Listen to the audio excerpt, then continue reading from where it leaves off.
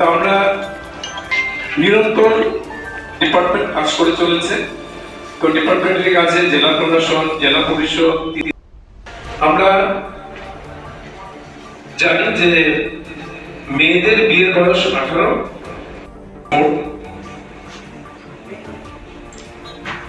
আমরা খুবই আনন্দিত আমাদের মধ্যে আমাদের জেলা পরিষদের তো সবগুলো আমরা অ্যাটেন্ডও করতে পারি না।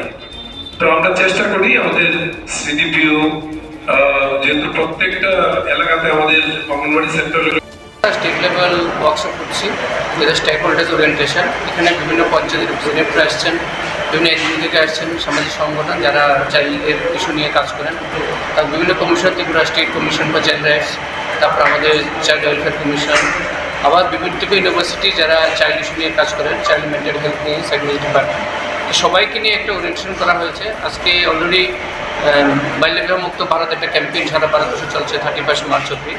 এই সবগুলোই মিলিয়ে আমরা চাইছি যে যারা স্টেক হোল্ডার যারা আছেন, বিভিন্ন পঞ্চায়েত থেকে শুরু করে বিভিন্ন এনজিও থেকে শুরু করে যারা বাচ্চাদের, ওদের একটা ওরিয়েন্টেশন, ওদের কি অ্যাক্টিভিটি হতে পারে, কি যে কাউন্সিলিং করতে পারে, ওদের যে বাচ্চাগুলি ফ্যামিলির মধ্যে আছে, পঞ্চায়েতের মধ্যে আছে, যারা বিভিন্ন কমিউনিটিতে আছে, ওদের যাতে এই বিভিন্ন সমস্যাতে না হয়, পড়াশোনা থেকে শুরু করে বাল্য বিবাহ থেকে শুরু করে শিশু শ্রম, এই বিষয় নিয়ে বাচ্চা কীভাবে রক্ষা করা যেতে পারে, সবগুলো মিলিয়ে একটু আজকে একটা ওয়ার্কশপ এটা অর্গানাইজ আমরা করছি। ত্রিপুরা ভলান্টারি হেলথ অ্যাসোসিয়েশন আমাদের সাথে, Tripura commission of protection of child rights আমাদের সাথে রয়েছে।